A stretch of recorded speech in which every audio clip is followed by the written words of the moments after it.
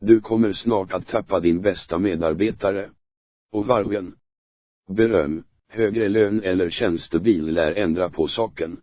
Steg 1. Identifiera vem som är högpresterare. Steg 2. FÖLJ den. Här metoden. En högpresterare på jobbet kan vara upp mot 400% mer produktiv än en medelproduktiv medarbetare.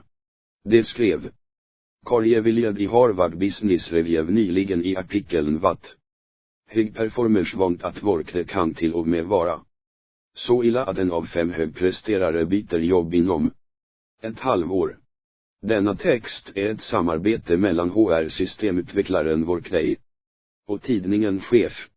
Med Workday får du ett bättre verktyg som leder till smartare val och snabbare beslut i ditt HR-arbete.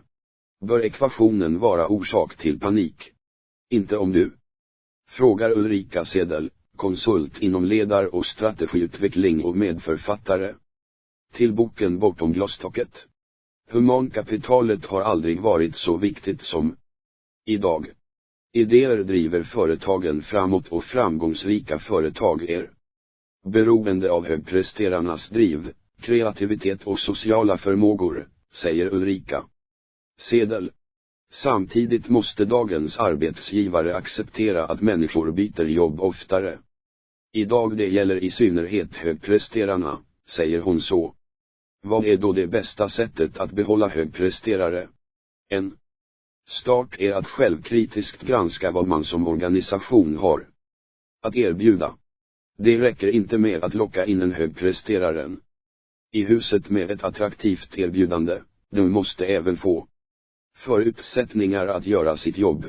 Om du inte känner att du får förutsättningar att leverera och nå sina mål ökar risken för att du söker nytt jobb, säger Ulrika Sedel. Ju större kunskap om vad som driver en högpresterare, desto lättare att skapa förutsättningar för dessa personer att lyckas och därmed stanna kvar i företaget.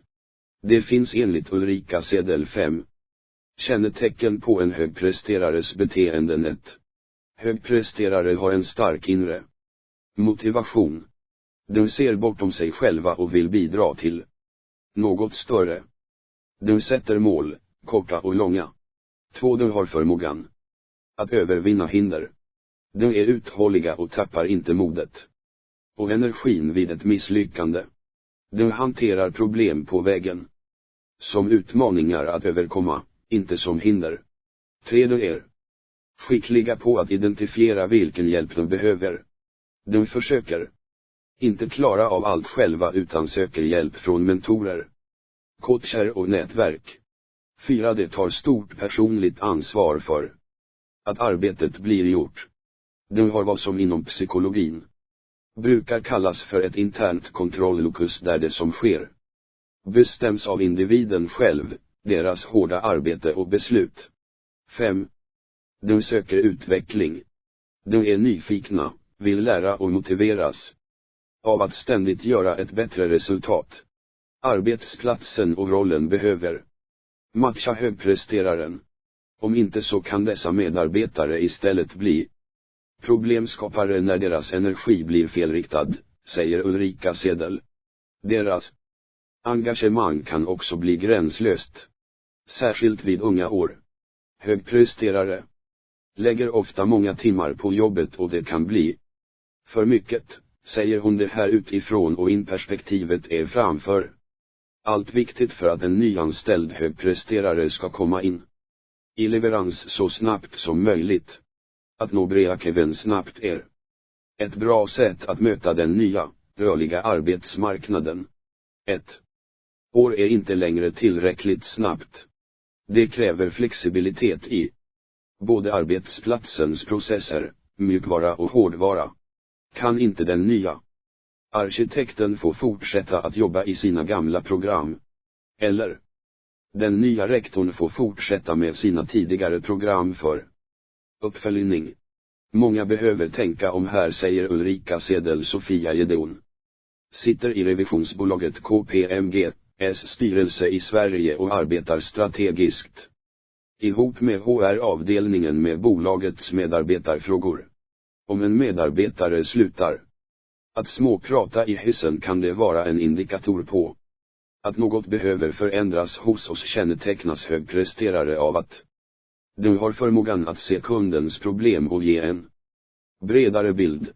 Även om de får en specifik fråga kan de läsa av grundproblemen. KPMG har en så kallad högperformanskultur och fokus ligger på individnivå. Högpresterare ska ses som individer, ses de som grupp blir synen generisk och fyrkantig. Hos oss måste medarbetaren äga sin egen utveckling.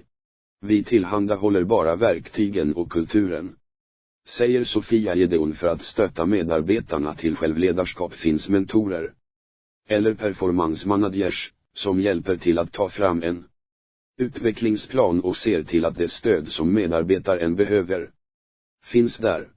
Det kan handla om en utbildning, en extern mentor, eller att introducera medarbetaren för en ny kund.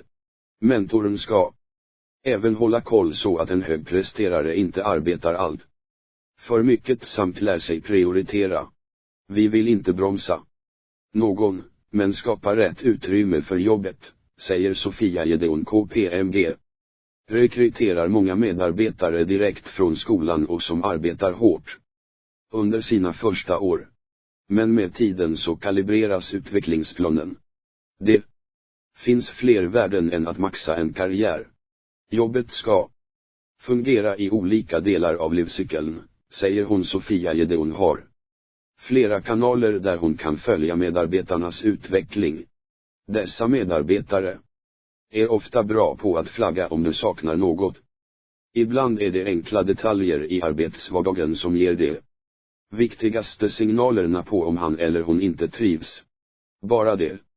Om en medarbetare efter ett tag slutar att småprata i hissen kan vara en indikator på att något behöver förändras, säger Sofia Gedeon. Checklista, så behåller du högpresteraren. 1. Se till att ditt arbetserbjudande matchar högpresterarens beteendemönster. 2. Var transparent och öppen med dem du vill satsa på. 3. Ha en nära, löpande dialog om dina förväntningar och lyssna in om medarbetaren flaggar för nya personliga målsättningar. 4. Se till att ha en helhetssyn i belöningen där även privatlivet ingår. Risken är att jobbet tar över. Belöna med att skapa tid för familj och fritidsintressen. Fallgropar. Det här får högpresteraren att leta nya jobb.